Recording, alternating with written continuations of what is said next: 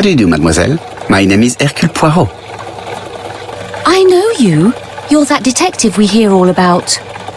I do not know if that is a compliment, but I will take it as one for now. You are Betty's sister, I believe? Yes. My name is Megan. Can we come in? Please do.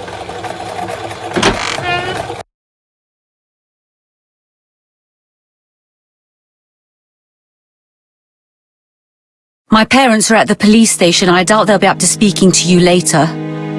Do not worry, we will not bother them. Did you know your sister's plans for yesterday evening? No. I arrived by train this morning. My parents called me in a panic when they discovered that Betty had disappeared. She went out last night, but she didn't tell them where she was going. What was your last conversation about? Her new dress. She wanted a pair of black stockings to go with it. Mother brought her a pair. The very day it happened. She was crying. And to think that Betty never even wore them. Oh, Mummy.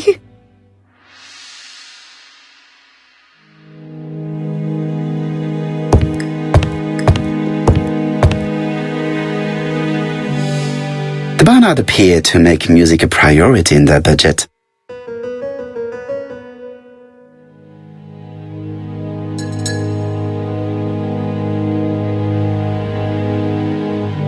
Their home is modest, but the Barnards are definitely music lovers.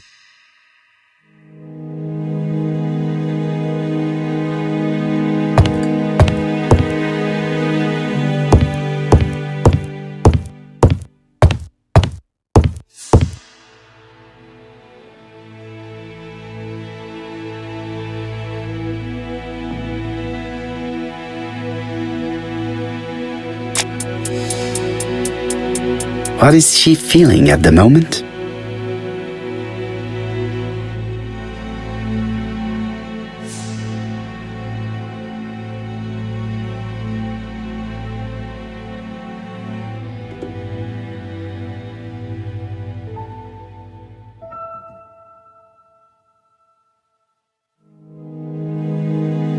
Betty's older sister is not just sad, she is angry.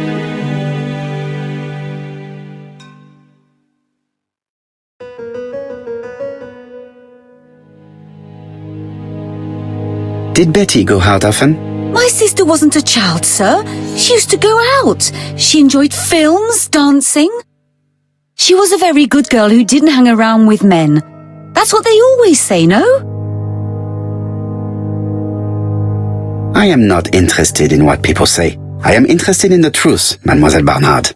If you only knew how much I would like to talk with someone who does not know that your sister is dead and who could provide me with a true portrait of her beyond the formalities. The truth is that my sister was a silly little fool. I tried to reason with her, but she behaved like an idiot. In what way? She used to say that if she was going to marry Don, she might as well have some fun now. I understand. Please continue.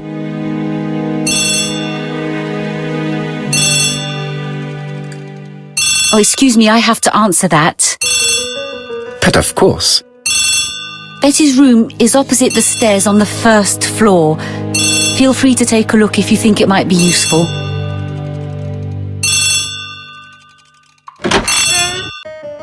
This young woman is far too clever not to have anything else for us. Do you think she's hiding something? That is what I'm trying to find out. Surely you don't think she did it? I did not say anything of the sort. But young women always ruin your judgment, Hastings. Who knows, maybe Megan was jealous of her attractive young sister. I see. She may have had her sights on the inheritance. Or maybe she was in love with Donald Fraser. We have to study all scenarios, even the most unlikely. But I doubt that Mr. and Mrs. Barnard are rich enough to justify murder. While I try and get Miss Barnard to talk, I would like you to try and find Donald Fraser. It should be easy to find the estate agents where he works. Bring him to the Ginger Cat. I would like to talk with him before the chief inspector finds him.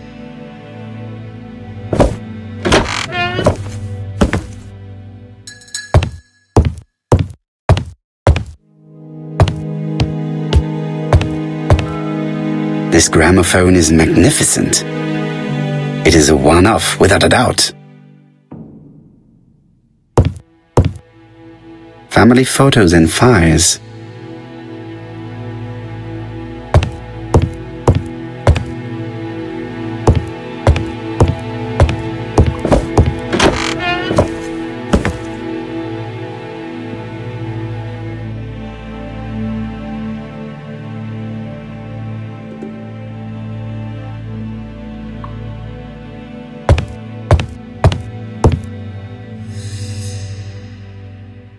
It looks like Betty was also a music lover, the same as her family.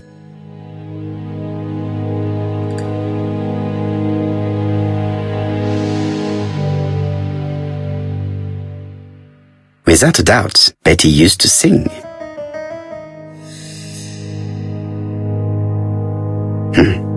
A box of new stockings. Looking at all the clothes she took out, Betty must have had a problem deciding what to wear. Maybe she had a date. It looks like Betty has a very busy life.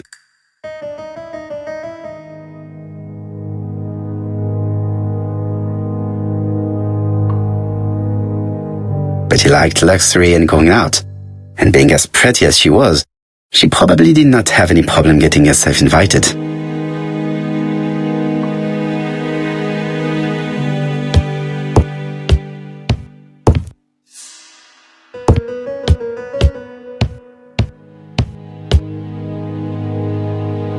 Medicine to prevent voice loss. Did Betty have problems with her voice? This small key should be useful to me.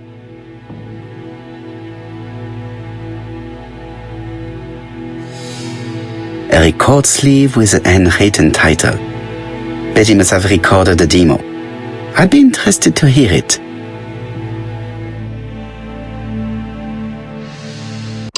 Something on this clock bothers me.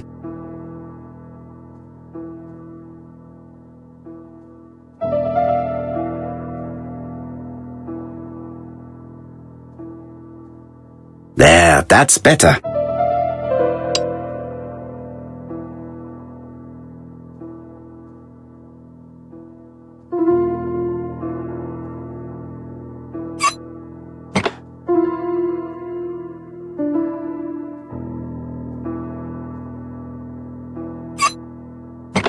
Good. It should be possible to open the wooden panel. Look, a key. This could be useful.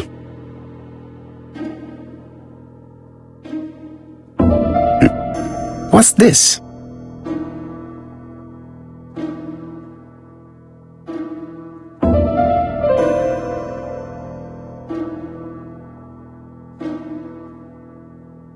What a strange mechanism. I don't think it serves to turn the hands.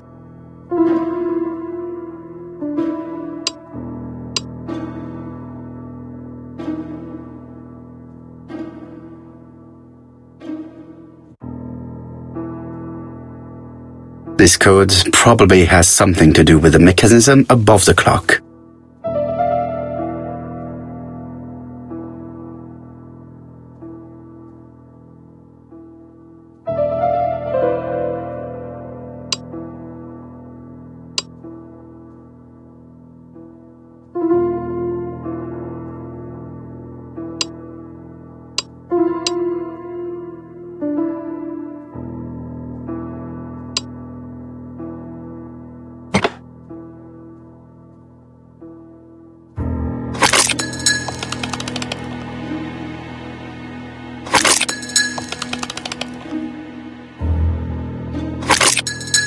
Ah, something clicked on the front of the clock.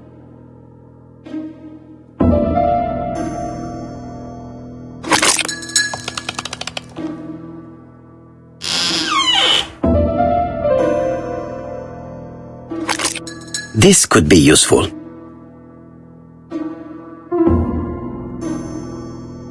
Betty, I enjoyed a wonderful evening in your company, and I hope that we will see each other again very soon. D. My dearest Betty, I know that your art is already spoken for, but you are the most beautiful dancer I have ever had the pleasure of meeting, and I am impatient to see you again. Adrian.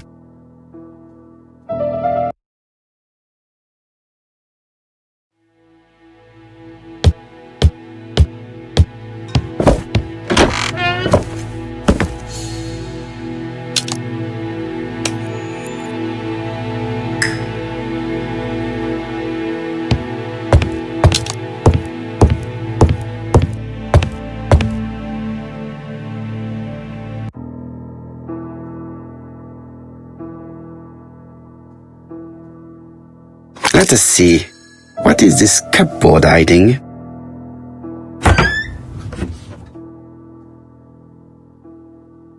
This looks like solfège.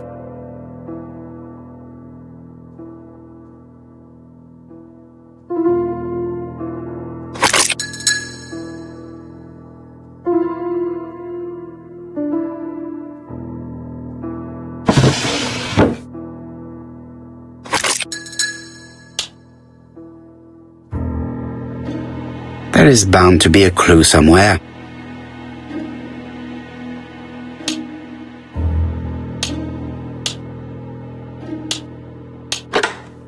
I heard the sound of a mechanism being triggered.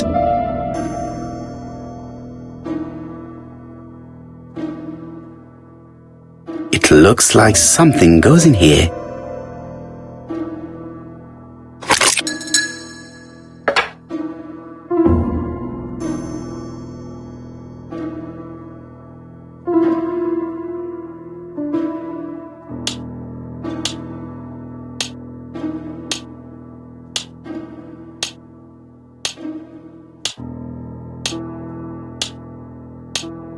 I just have to put the record on the gramophone and start it.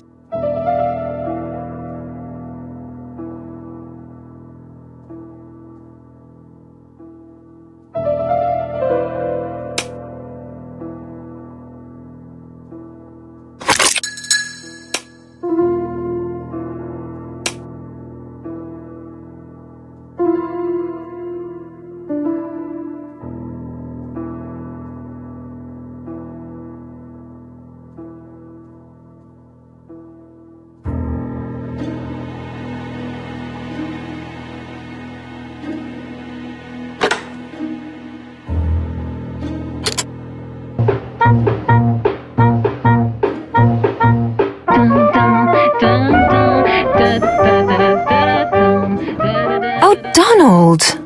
We're in the middle of recording. Sorry, Betty, but it's not wise. The doctor said you should rest your voice. You're such a killjoy sometimes.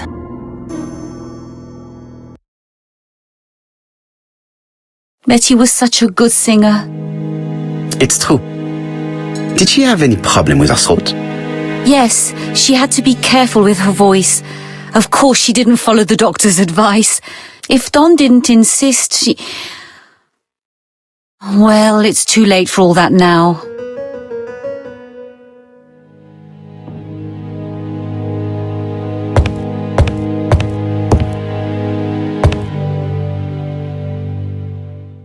It looks like this woman is single, but she has feelings for someone.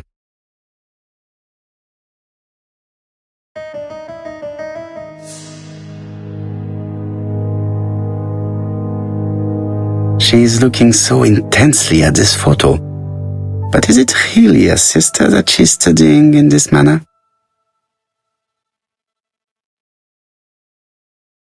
They made the perfect couple, am I correct? Yes, in a way. She was pretty and he... Well? He's a bright man, with a promising career ahead of him. He would have made Betty a good husband. He was always attentive and generous. Oh, a true gentleman. I hear a note of envy in your voice.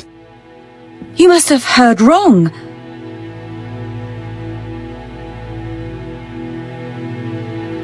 Donald appeared to be very much in love with your sister. Yes, he was mad about her. Mad, you say? Being madly in love can often be destructive, and Mr. Fraser was known for being jealous, I believe. No more than average. Men are always slightly possessive, especially when they are with a pretty woman. You are a poor liar, Mademoiselle Bernard. Excuse me, Mr. Poirot, but I do not see why you are interested in our humble little crime. It would appear that your sister's murder is the second in a series that we have to stop as quickly as possible. The first was in Andover, and the same as your sister, the murderer sent me a letter informing me that a crime would be committed in that town. Now can I count on your honesty? Yes, you have my confidence, Mr. Poirot. Don is a quiet and sensitive young man, slightly reserved too, and as is often the case with reserved people, when he flew into a temper, he completely lost control. He could be so violent. Betty was frightened. And when was this? The first time was about a year ago. But they rowed more recently. Donald found out that Betty had lied to him. She said she was going out with a girlfriend, but she went out for dinner with a married man. It was an awful scene. She told him that until they were married, she was free to go with whoever she pleased. Donald turned quite pale and started shaking and kept saying one day. Well? He'd commit murder.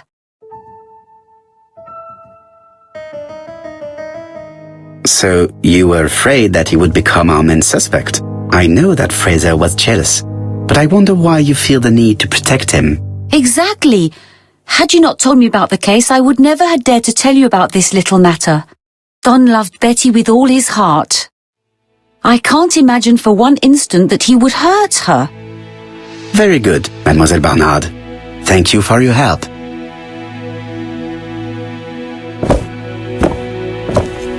Fraser is at the Ginger Cat. The police haven't spoken to him, but they want to. Très bien, Hastings. Let's see him now. Au revoir, mademoiselle. My deepest condolences to your parents. Of course, Mr. Poirot. And don't be too hard on Don. He's more fragile than he looks. If you say so. Let us now try and get our brain cells to work.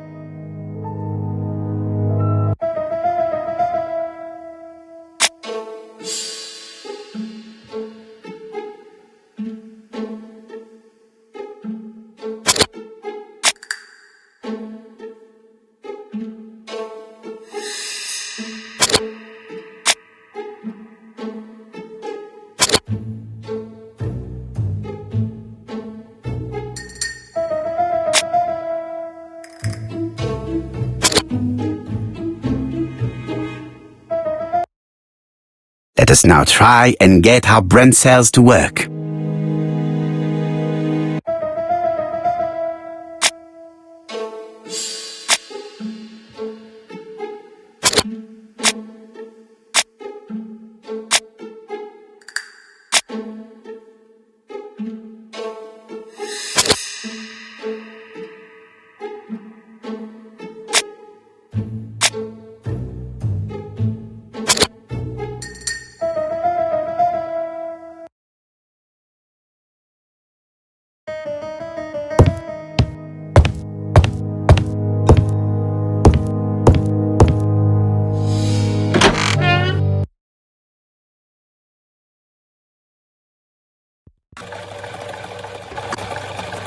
You've seen Fraser, Hastings.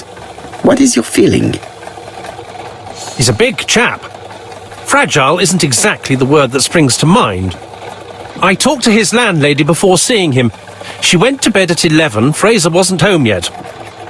Bien. Megan Barnard said he is a reserved character but with a nasty temper. We will see if this is the case.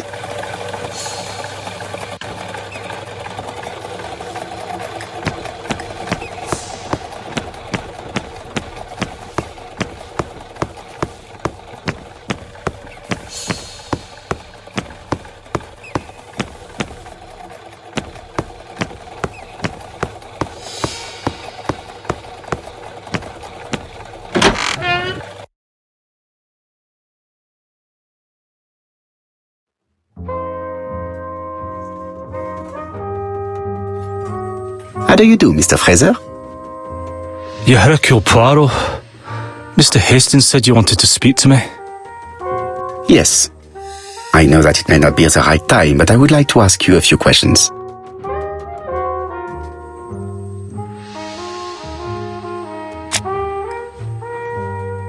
This man looks suspicious.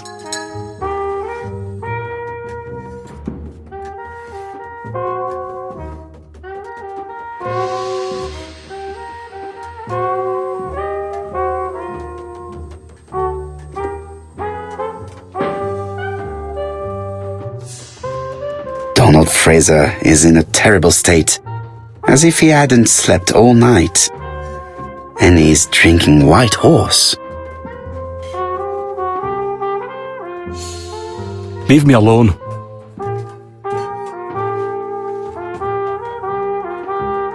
Tell me that it's a mistake. That Betty isn't dead. Sadly, your lady friend has been murdered, Mr. Fraser. Oh, Betty, if only you'd listened.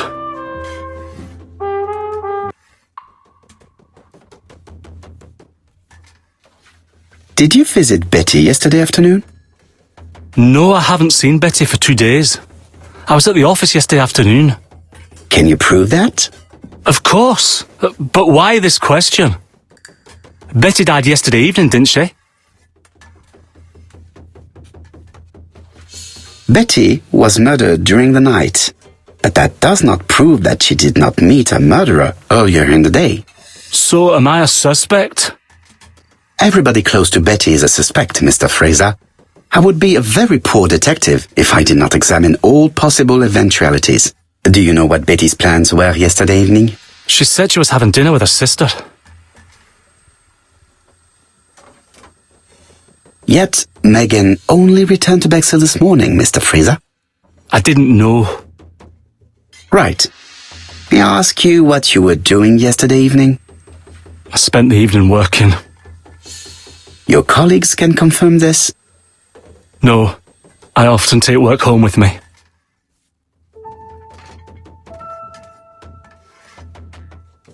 You are lying, Mr. Fraser. As was Betty when she hid the fact from you that she was seeing other men. Betty was a very decent young woman. How dare you sully her memory? I am not interested in memories of her, Mr. Fraser. I am looking for a killer, and I need you to be my closest ally. That is, unless you have something to hide.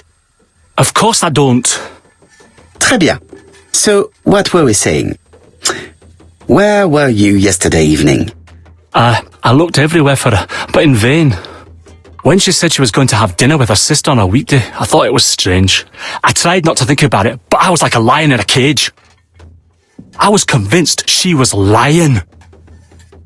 So I went round all the restaurants in the town. When I didn't find her, I went to the next town. But nothing. I must have got home about midnight or 1 o'clock. Did anybody see you? I don't think so. I didn't talk to anybody. I was so furious.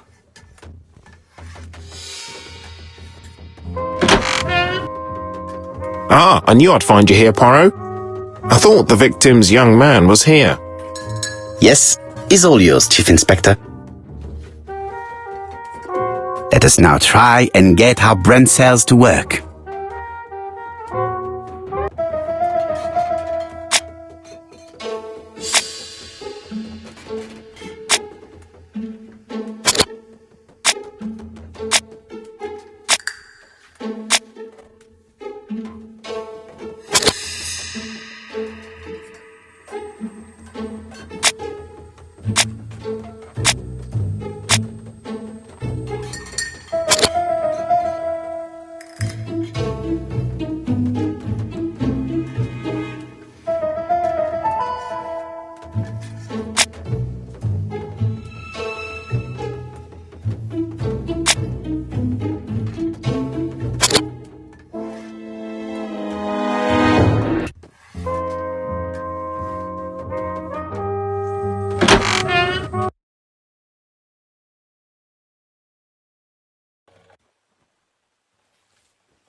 Fraser doesn't have an alibi and he's extremely jealous.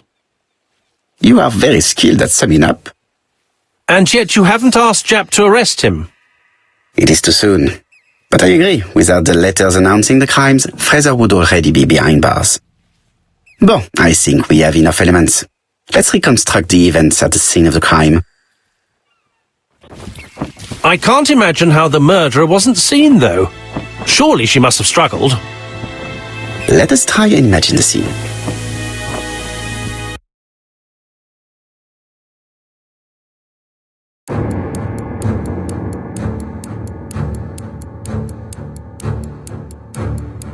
The killer and the victim are walking on the beach. Miss Betty has a bag, a belt around her waist, and carries her shoes in her hand. Both of them walk slowly to hut number 5.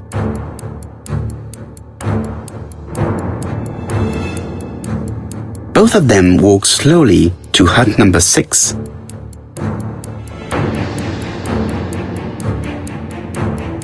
Miss Betty enters the hut. She leaves without her belongings. Then she hides a code.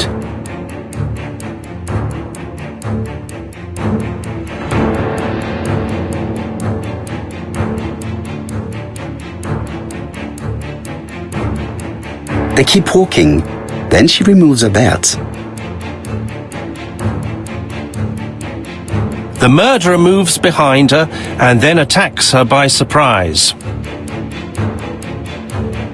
The body falls, lifeless, on the sand. Everything appears to match the crime scene, mon cher Hastings. That is exactly what happened.